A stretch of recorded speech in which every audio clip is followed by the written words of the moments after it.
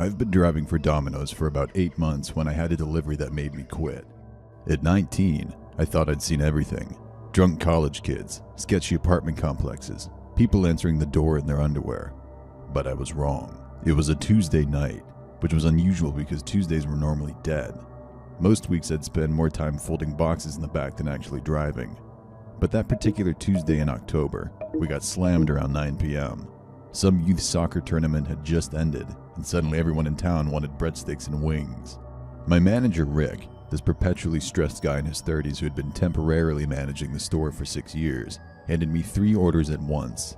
The first 2 were normal, an apartment complex near campus, and a house maybe 10 minutes south. The third order caught my attention because of the delivery instructions. Don't ring the doorbell, it read. Knock 3 times only. Baby sleeping. Fair enough. I'd seen weirder notes. I loaded up my beat-up Honda Civic with the warming bags and headed out. The first 2 deliveries went fine. The college kids tipped in crumpled singles, and the family with the newborn seemed grateful I'd followed the instructions. That left the third house, way out on Riverside Drive, almost 25 minutes from the store. The order was for 2 large pizzas and an order of cinnamon twists, $34.50 total. I'd driven past Riverside Drive before, but never actually down it. It ran parallel to the river for about 2 miles before dead-ending at an old paper mill. The houses out there were spaced far apart, separated by overgrown lots and chain-link fences. My headlights caught the reflection of animal eyes in the darkness, probably possums or raccoons. The GPS showed I was getting close, but I almost missed the address. There was no mailbox, just faded numbers spray-painted on a tree trunk. I turned down a gravel driveway that curved through dense woods for what felt like forever before opening up to a clearing. The house looked abandoned. Every window was dark except for a blue flickering light on the second floor. Probably a TV. An old pickup truck sat in the driveway, covered in mud and pine needles, like it hadn't moved in months. I grabbed the pizzas and walked up the porch, my shoes crunching on dead leaves. The whole place smelled like wet wood and something else. Something sweet and rotten that I couldn't identify. I remembered the instructions. Knock 3 times. No doorbell. I knocked once, twice, 3 times. Nothing happened. I waited, checking my phone. No service out here naturally. I was about to knock again when I heard footsteps inside. Heavy, deliberate footsteps that seemed to circle the first floor before finally approaching the door.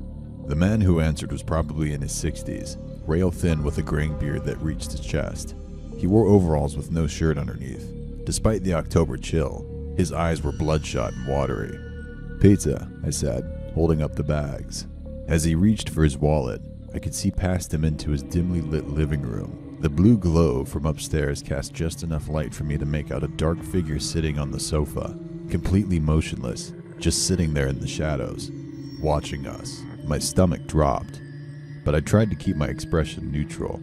The old man pulled out a flip phone, the kind nobody had used since 2010. "You need to take a picture," he said. "I'm sorry?" "Of me, with the pizzas. My daughter wants proof I'm eating." He held out his phone toward me, but something about the whole situation made my skin crawl. The figure on the sofa hadn't moved an inch. "Actually, I can use my phone," I said quickly, the words tumbling out. "I'll just send it to the number on the delivery order. Faster that way. I needed to get this done and get out of there." He hesitated, then shrugged.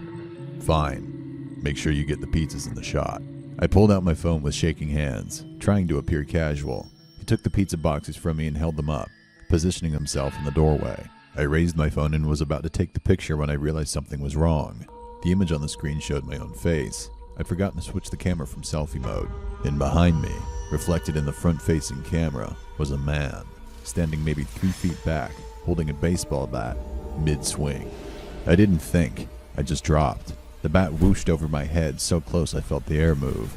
I heard it crack against the doorframe as I scrambled forward on my hands and knees. Then I found my footing and sprinted toward the car.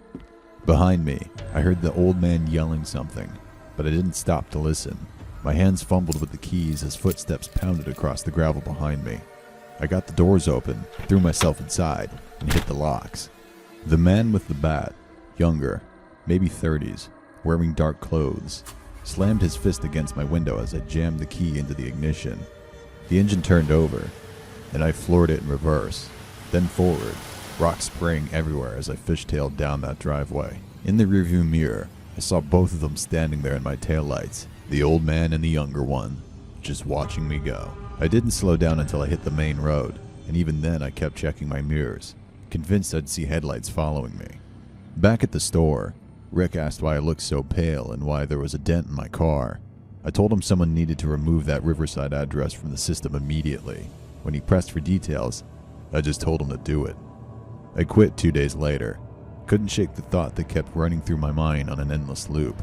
If my camera hadn't been in selfie mode, if I hadn't seen that reflection, I'd be dead. Or worse. Sometimes I wonder what they would have done with me, whether anyone would have found my car on that property, or if it would have just disappeared like I'm sure others had before me. Last I heard, they still deliver out to Riverside Drive. They've gone through 5 drivers since I left. None of them stay longer than a month. I hope they're just smarter than I was. I hope they quit for all the right reasons. But part of me wonders if they've all made it out at all. I was 22 when this happened. I'd been working at a Chinese takeout spot called Golden Dragon for about a year and a half, mostly to cover rent and keep gas in my car while I figured out what I wanted to do with my life. It wasn't glamorous work. You took the orders over the phone, bagged them up when the kitchen was done, and then drove them to wherever they needed to go. Easy enough. The only real variable was the people. Most deliveries were uneventful. Apartment complexes, suburban houses, and the occasional office building doing a late lunch. People would answer the door, hand you some cash, and close the door before you even made it back to your car. The interactions that lingered were rarely the good kind. This particular delivery was on a Tuesday in late October. Not Halloween, nothing like that. Just a regular Tuesday. The kind of night where the sky gets dark fast and the temperature drops hard. The trees had mostly lost their leaves by then. Everything just looked bare and exposed. The order was a decent-sized one. 2 entrees, a quart of wonton soup, and an order of egg rolls. Enough food for 3 or 4 people.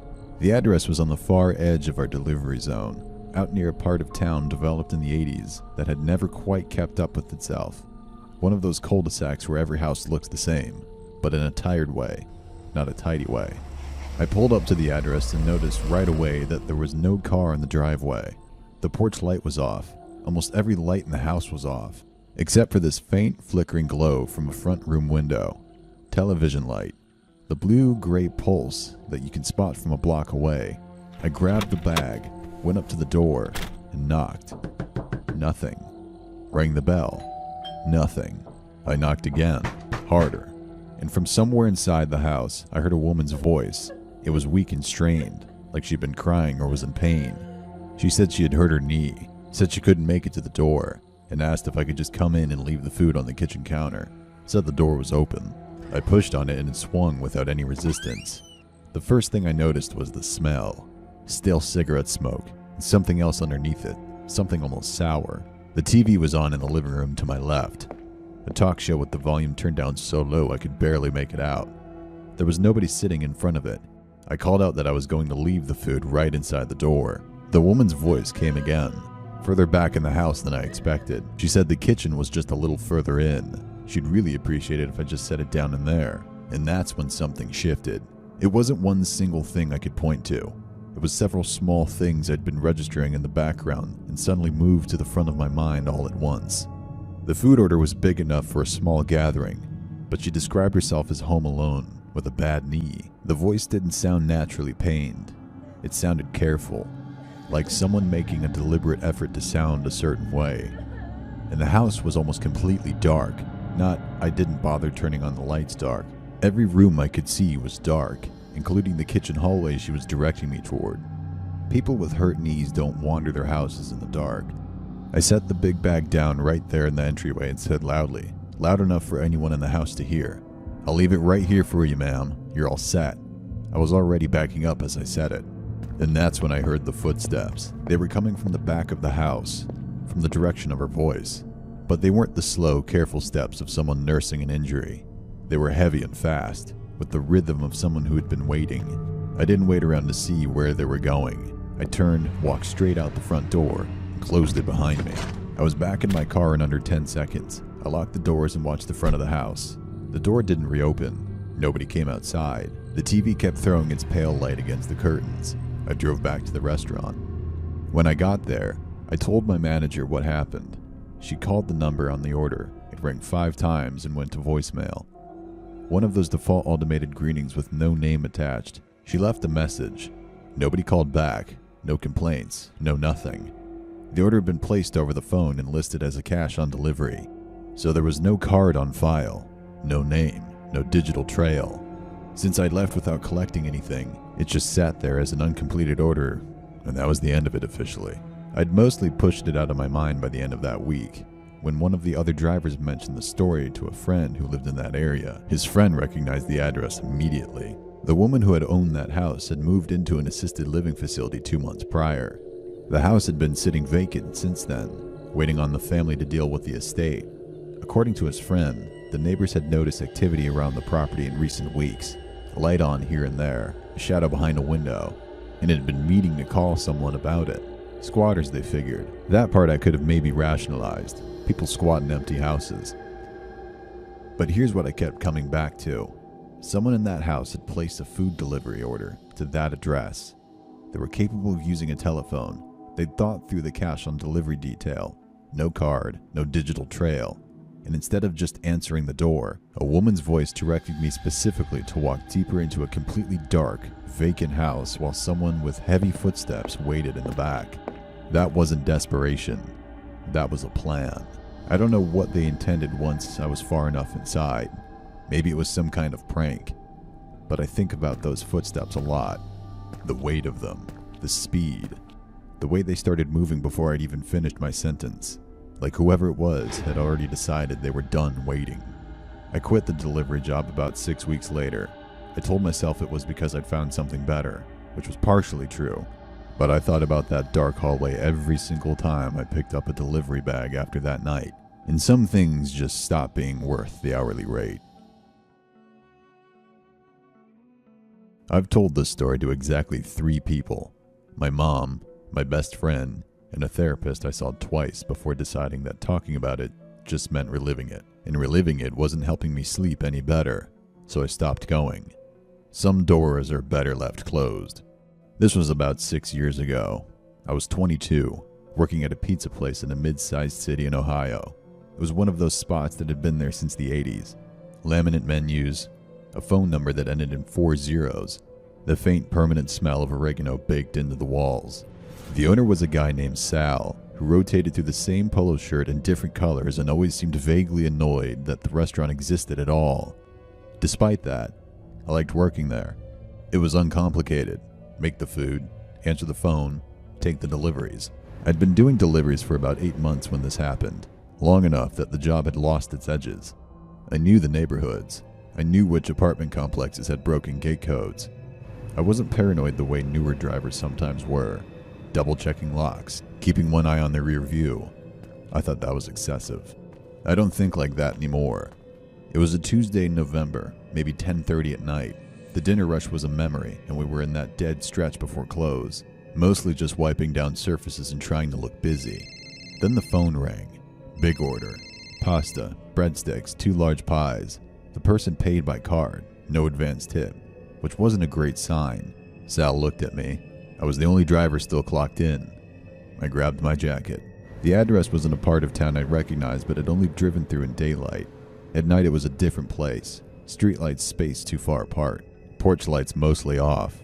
I turned down the street and noticed there was no traffic moving in either direction. Just parked cars on both sides and a long corridor of shadow between them. I found the house. 2-story chain link fence out front.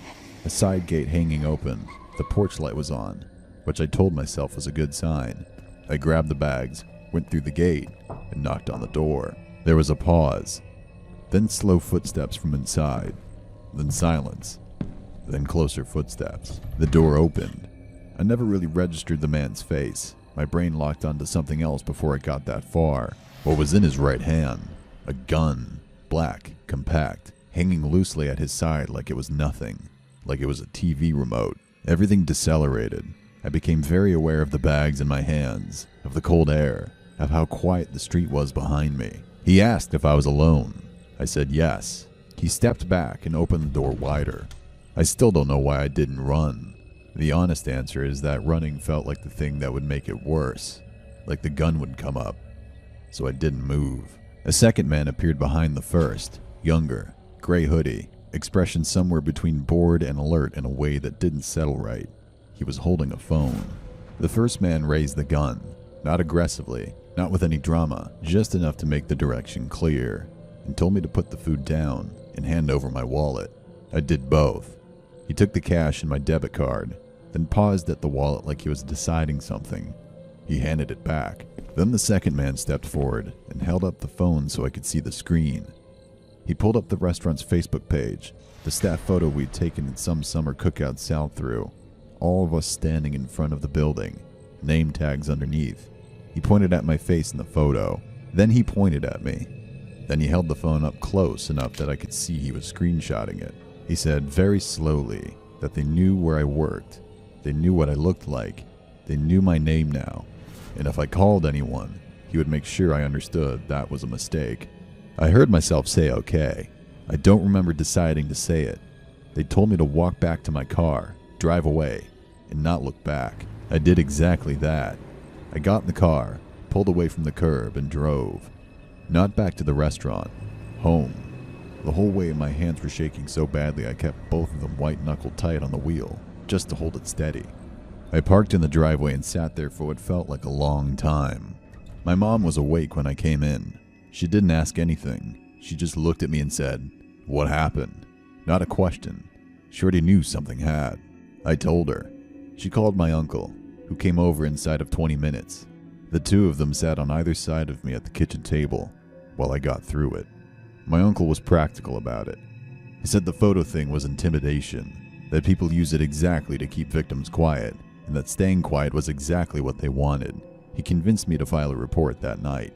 What I didn't know was the same house had been on a neighborhood watch list for weeks. A woman 2 doors down had been logging activity on a shared community forum, noting cars that came and went at strange hours, times when multiple men she didn't recognize would be there and gone before morning. She already sent one post on a non-emergency tip line. When police cross-referenced the address from the report with her prior submissions, it gave them enough to move quickly. They hit the house the next morning. 2 men were still inside. One of them was the younger guy in the gray hoodie. The other wasn't the man with the gun. That one was already gone. The 2 they caught were charged and eventually convicted. The one with the hoodie had a prior on his record and got several years. The other man I couldn't pick out of a lineup, and honestly don't know what became of his case. The man with the gun was never found. That was 6 years ago. The guy who held it on me, he's somewhere. Maybe still in the country, maybe not. His name is sitting in a police file in Ohio, alongside a physical description I gave best I could. Whether he ever thinks about that night, whether he still has that screenshot saved somewhere on a phone, I have no idea. What I know is that I quit the next day. Sal told me he understood and didn't push it, which I appreciated more than I told him. And I know that sometimes now, when I see someone point a phone at me in a crowd, or when a stranger glances at my face a second too long, something still activates in my chest, a leftover wire that got tripped once and never fully reset. The photo those men took was of a 22-year-old who thought the job was simple. I'm not that person anymore exactly.